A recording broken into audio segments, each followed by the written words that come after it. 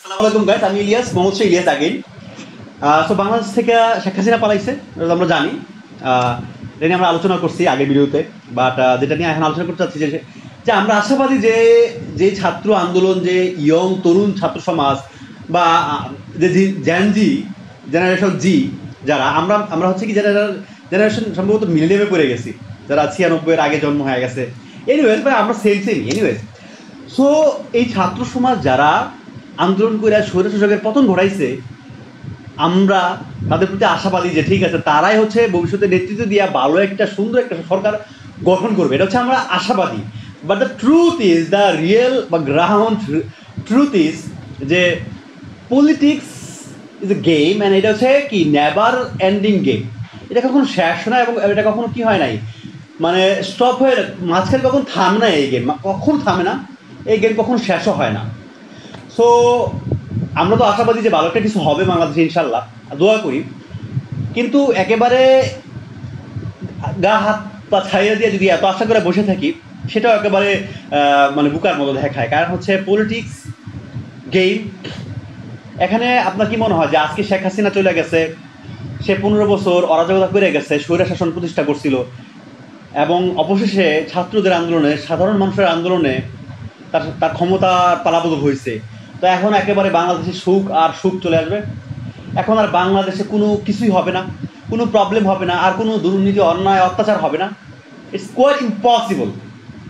কারণ হচ্ছে কি, যে বাংলাদেশের থেকে শেখ হাসিনা একটা রাজনৈতিক দলের প্রধান ছিল, সে বাংলাদেশের সরকার ছিল, সে স্বৈর শাসক ছিল, সে চলে গেছে। বাংলাদেশের যে পলিটিক্যাল সিস্টেম, সেটা চেঞ্জ হয় নাই। বাংলাদেশে যারা তাদের ভোটার ছিল, বাংলাদেশে তাদের যারা সাপোর্টার ছিল, তারা তো পালা যায় নাই, তারা তো বাংলাদেশি আছে।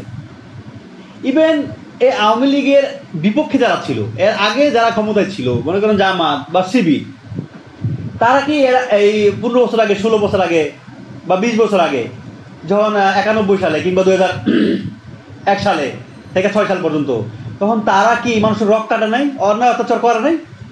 তো তারাও তো পালায় যায় নাই, তারাও তো এই দেশে আছে।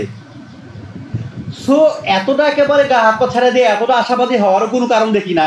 কেননা এখনো পলিটিক্যাল সিস্টেমের চেঞ্জ হয় নাই। এখনো আমাদের যে বাংলাদেশে যে টুকাই লিগগুলো আছে, টুকাই দলগুলো আছে, এরা এখনো গাদা থেকে ঘোড়ায় পরিণত হয় নাই। গাদারে আপনি যতই পারেন, অত বুঝে না ভাই, ও তো গাদা, ও পানি গুণা করবেই।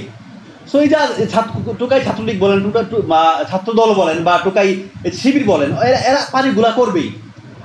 ঘুরারে বাড়ি দিলেও টপ করে চলে যাবো, ঠিক আছে, দোষ শুরু করবো, ও আবার এক স্ট্যান্ডার্ডে থাকবে না মার খাওয়ার জন্য, সেই ইঙ্গিত বুঝে। কিন্তু কিন্তু এই যে টুকাই লিগ গড়ে তো গাদা ভাই, এই গাদা তো এখন ঘুরা হয় নাই।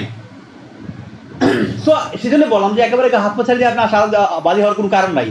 আজকে শেখ হাসিনা গেছে, আওয়ামী লীগ গেছে, কালকে যদি তার পরিবর্তে আবার বিএনপি এরকম কোনো দল আসে, এমনই ধরনের লিডারশিপ আসে, এবং বিএনপি যখন ক্ষমতা যদি আবার আসে, এবং তখন যদি আবার বিভিন্ন ভার্সিটিগুলোতে, কলেজগুলোতে যদি ছাত্র রাজনীতি থাকে, তো অবভিয়াসলি সেখানে ছাত্র দল রাজনীতি করবে, শিবির রাজনীতি করবে। তো তারাও তাদের ক্ষমতা টিকে রাখার জন্য এই ছাত্রলীগ যেরকম করছে সেম করবে। তারা তো ভাই ডিফারেন্ট কিছু করবো না ভাই, সেম জিনিস করবো, সেম ওয়েতে, বাস দল পরিবর্তন হচ্ছে। কিন্তু আমরা চাইলে এরকম শুধু দল পরিবর্তন হোক, শুধু আওয়ামী লীগ থেকে বিএনপি আসুক, বিএনপি থেকে জামাত আসুক না ভাই, আমরা চাই পুরো পলিটিক্যাল সিস্টেম চেঞ্জ হয়ে যাক। আমরা চাই কি যে এরকম ভাবে যেন স্বৈর শাসন আর না হইতে পারে। আমরা চাই যে আমরা আমাদের মতামত ফ্রিলি বলতে পারি।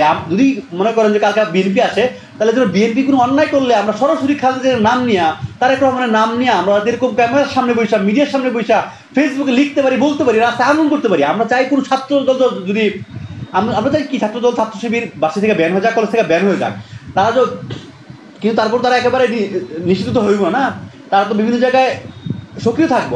আমরা চাই তারা যদি কোনো অন্যায় করে, অবিচার করে, তখন আমরা তাদের বিরুদ্ধে কথা বলতে পারি, এবং সেইখানে যেন আমাদের কিনা হয় ওই স্পেশাল ডিজিটাল সিকিউরিটি অ্যাক্টে আমাদের জন্য কি জেল না হয়ে যায়।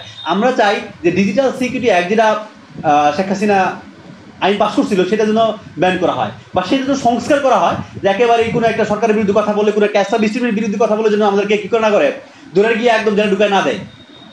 বাক স্বাধীনতা যেহেতু আমরা গণতান্ত্রিক দেশে বাস করতেছি, আমরা চাচ্ছি গণতন্ত্র, তো সেখানে বাক স্বাধীনতা, free speech, freedom of religion, freedom of মনে করেন যে এভরিথিং অ্যাকচুয়ালি, সেটা যেন প্রতিষ্ঠা হয়, সেটা আমাদের আশা বা কামনা বা সে আশা ব্যক্ত করতেছি, সেটা আমাদের ইচ্ছা। কিন্তু কথা হচ্ছে কি এত ইজি, এত সহজে প্রতিষ্ঠা হয়ে যাবে? কারণ কি অন্য কোনো দল আসলে তারা কিরকম করবে না? তবে আমরা চাই যাতে না করে, আমরা চাই যেন এরকম একটা সিস্টেম তৈরি হয় যাতে এই ধরনের ইন্টারনাল পলিসি যাতে চেঞ্জ হয়ে যায়, এরকম যাতে পলিটিক্যাল সিস্টেম যাতে চেঞ্জ হয়ে যায়, যেখানে এরকম মানে প্রতিশোধের রাজনীতি যেন না থাকে। আজকে বিএনপি যদি ক্ষমতায় আসে বা জামাত যদি ক্ষমতায় আসে বা অন্য কোনো দল যদি ক্ষমতায় আসে, তারা যেন ওই তাদের যে প্রতিপক্ষ আছে, রাজনৈতিক প্রতিপক্ষ আছে, তাদেরকে যেন তারা দইরা জেলে না ঢুকায়, এবং পরবর্তী তারাও আবার ক্ষমতা না আসতে পারে পরের টার্মে, তখন যেন তাদেরও সেম মানে তাদের যাতে সেম রাইটগুলো থাকে, তারাও যেন ওই তাদের বিপক্ষ দলের বিরুদ্ধে বা যে সরকার থাকবে তার বিরুদ্ধে কথা বলতে পারে। এনিওয়েজ, আমরা অবভিয়াসলি আশা করতেছি ভালো কিছু একটা হবে। আমরা চাচ্ছি যে দেশের বুদ্ধিজীবী, লেখক, ভালো ভালো প্রফেসর এবং হচ্ছে না যারা অ্যাকচুয়াল মানে সুশীল সমাজ, এরকম মোহাম্মদ জাফর ইকবালের মতো পাড়া পোড়া সুশীল সমাজ না। মোহাম্মদ জাফর ইকবাল, শায়ের কবি, আরো কিছু ছিল না টিপ করা, ওই পাড়া পোড়া সুশীল সমাজ না, যারা অ্যাকচুয়াল সুশীল সমাজ, বাংলাদেশে ডক্টর সলিমুল্লাহ খানের মতো, আসিফ নজরুলের মতো, এই ধরনের সুশীল সমাজ মিলা এবং যারা ছাত্র আছে, যারা ইয়ং সমাজ আছে, ওরা মিলা বাংলাদেশকে একটা ভালো সরকার উপহার দেবে, বাংলাদেশকে একটা ভালো গণতান্ত্রিক ইলেকশন সিস্টেম উপহার দেবে, এই আশা ব্যক্ত করতেছি আমরা ইনশাল্লাহ। Let's see. Thank you so much. আসসালামু আলাইকুম।